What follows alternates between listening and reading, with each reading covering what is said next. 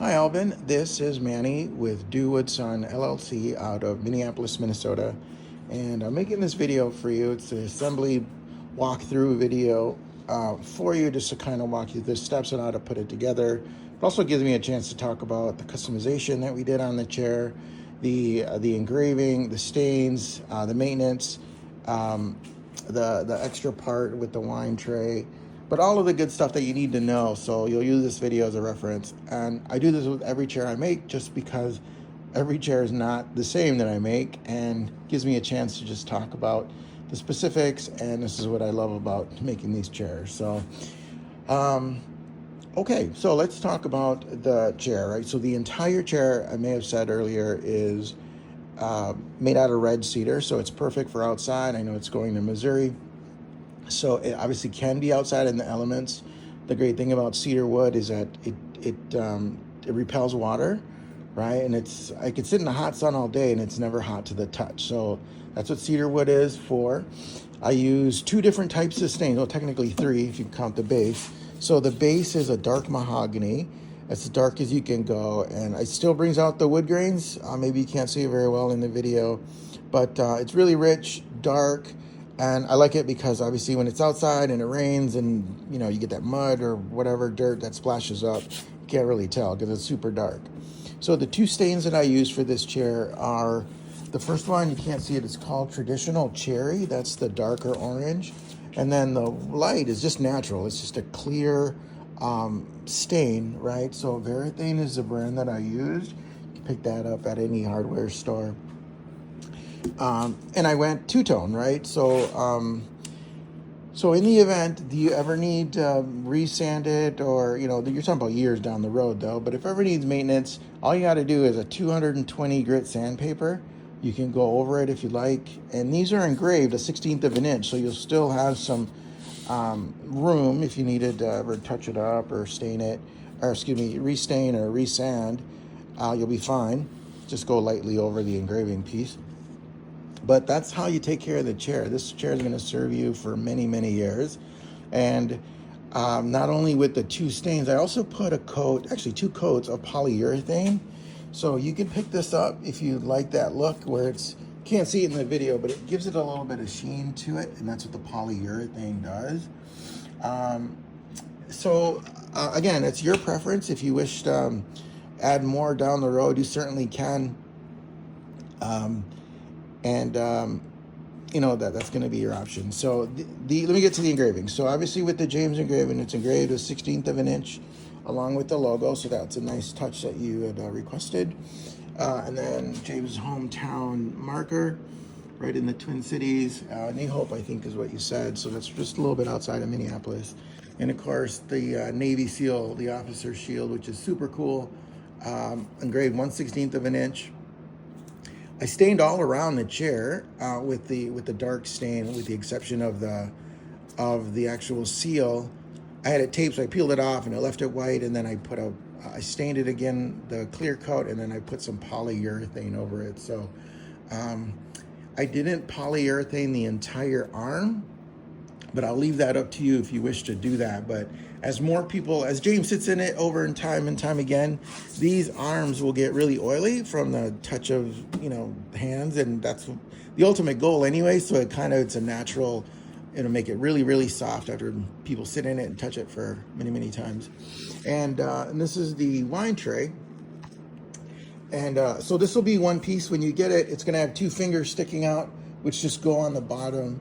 And then when you get to this part, all you're going to do, which will probably be the very last part, to be honest, is the two fingers that stick out under the actual arm. I just kind of butted this finger up against the front leg, right? And then the other one, obviously, and so there's going to be two screws on this finger, two underneath the arm on this side. So there's a total of four. Those two screws are the only four small screws that are going to be 1.25 inches. The rest of the chair is held together by 2-inch deck screws. And so it's a T25, I'll put that in your kit, torque screw, right? So they're coated, they're deck screws. They're the finest you can get as far as hardware, because it won't rust or bleed, right? So they're awesome. Every single hole holding this chair together for screws are countersunk. So just with your screw, just go down to the top, and it's countersunk. So just sit it in nice and flush, and you'll be golden. With the exception, as far as screw length, are these 4s. 2 on this side, 2 on the other. 4. These are going to be 3-inch screws to hold the 2x4 spacer in the back. Okay, so you're not going to see it in the video, but underneath this chair, when I take it apart, I'm going to label everything from the seat slats because I like you to put them in the same order that I assemble them. And then when you get to number 7, there's going to be a 1-inch space. That's by design because the tail, which is one piece, will slip right in there, okay? So these are the 3-inch countersunk. Just go to the top, and that's it there. So step number 1 is going to be your seat. All right, so here, hang on, let me just put this down a second. Just gonna. Okay, so I took the back off, right? And once you get a profile, you can kind of see what I'm talking about, right? So first, the first thing you're gonna do when you take this apart, the back here is gonna be one piece, so that'll be mailed separately, right? That's its own piece, and when you take it apart, your legs, which are the 2x6s, right? So referencing the chair from right to left, just space those out. And then the first step is putting your seat together, right? So with the James board underneath on the right side, I will label it 1 through 7. So in theory, like the seats are 24 inches wide, but I'm only asking that you put it together the same way I'm taking it apart. So you can try to reuse the same holes in everything that how I made this chair, okay? So 1 through 7, you're gonna countersink them to the top, just butt them up nice and neat. And starting with the number 1, by the way, as a reference point, so the front of the front base, I just line up the bottom. So once you flush that up from the bottom, and then just walk them through nice and tight all the way until you get to number 7. Again, it's gonna have that 1-inch spacer right there, and so in between the legs are going to be the 2x6 spacer that goes in the back, and then let's see, so that's good.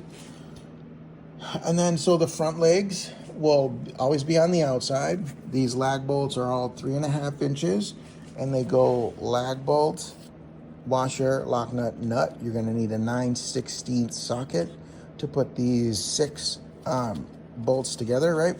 So for now, just make it all finger tight, just kind of get the base going. So your seat with your spacer, your front legs go on, your back legs, actually when I take this chair apart, because these are finger tight, I just slide them down, right? So just roll it up, or just slide this up, and what makes the back legs a little bit different, it's got a slant, and then the back brace that goes in between the back legs. This is a 21-inch board. It's the only smaller of the 1x4 boards. Look for the markings, again, right to left. And then one thing to point out is the back brace does not go all the way to the top. You can kind of see that. And by design, it's about 1/4 of an inch down from the top. And that's just because if you were to go all the way to the top, line it up to the top, then this corner would bump up this arm. And of course that would make the arm uneven, okay? So this is pretty much your base, right? That you're gonna go after when you start assembling. So starting with the seat slat, get all these things apart, put your right leg to the right, left leg to the right, and those go on the outside. You're gonna swing up the back legs, and then insert the back brace in between the back legs. Look for the markings. I'll have a pencil mark here, and also label to make sure you have that one right side up. And then that's pretty much the base. And I think I already said about the wine, right? The wine tray, and you can add that last. So this is your base. As far as the arms are concerned, it's gonna take 3 screws. Again, countersunk, 2 on the front, 1 in the back. Before you put your back, which is gonna be the second to the last thing that you add, is when you screw this in, actually when you start screwing the back leg in, screw it all the way down so it pokes out the bottom, and then use the same hole that I used in the back leg. Does that make sense? It's not the end of the world if you create a new hole, but if you can try to use the same hole, even better, because that way you're putting it back together the way I'm taking it apart. And then the last thing, of course, is to add your back. You slip that in there. And then there's going to be 2 screws, actually 4, that hold the back brace to the back. Those are going to be 2-inch screws. Obviously, the entire chair is 2-inch screws. And that way you can just secure that in there. And then the thing that I'm going to suggest is when you put the back, hang on just a second. Just a second.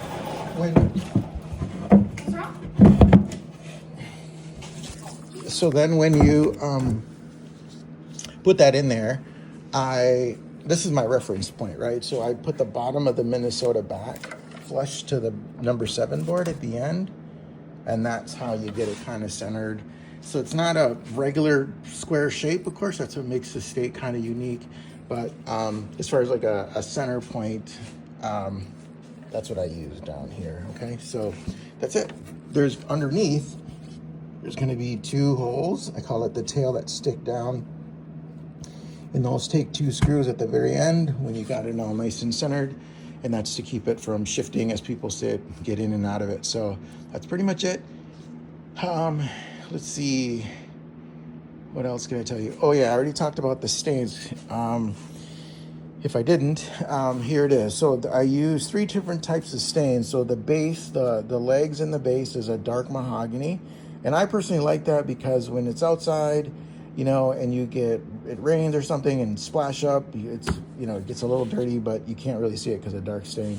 And then the first stain that I use is a light, so it's just a natural varathane stain. And the second one is called traditional cherry. That's the orangey stain. The arms and then half the seat and back are the orangey stain, varathane. And then what I did yesterday and this morning is I put a total of 2 coats of polyurethane that I sprayed on the back. All right, so the video's not gonna do it justice a little bit, but there's a little bit of sheen to it. It's a personal preference or a choice. If you want to add more, or you and James, that's totally fine. I did also polyurethane over this as well, just to kind of protect it a little bit, but that's pretty much the chair. And oh yeah, I also added a coat of polyurethane over the James engraving as well. So that's it. If you have any questions or concerns, don't hesitate to FaceTime me, man, and I could walk you through this, kind of the steps. But just, this video should give you a good reference on how to assemble it. It weighs 37 pounds, so it's not going to get blown over by the wind, I promise. If you have any issues, concerns, just give me a call. I'm at 612-423-1468. I'll certainly take care of you. So I appreciate you, Albin, and it was a pleasure talking to you and just kind of going back and forth for this James chair, man. I love it. I love it. And I hope you consider, man, I would love to make you a Missouri chair and do something custom, something that, that I've never done before. So I always love a good challenge, man. But I hope this James chair serves him well. Please send me a picture once it's delivered. I'd love to get a reaction or just a picture of where it's at James's place so I can put it on my social media. So I apologize. I probably should write these instructions down so I don't repeat myself, but nah, I just like talking about customization and everything that I make, and my brand is my customer service, man. I love this stuff. So Albin, once again, thank you so much. And I'll get this taken apart. I'll put it in 2 boxes. And I'll get this shipped out to you tomorrow along with the tracking number. So it should hopefully be there by Wednesday if I get it out Monday. So James, thank you so much, man. I appreciate you, and have a great day, and we'll talk soon. Thank you, sir.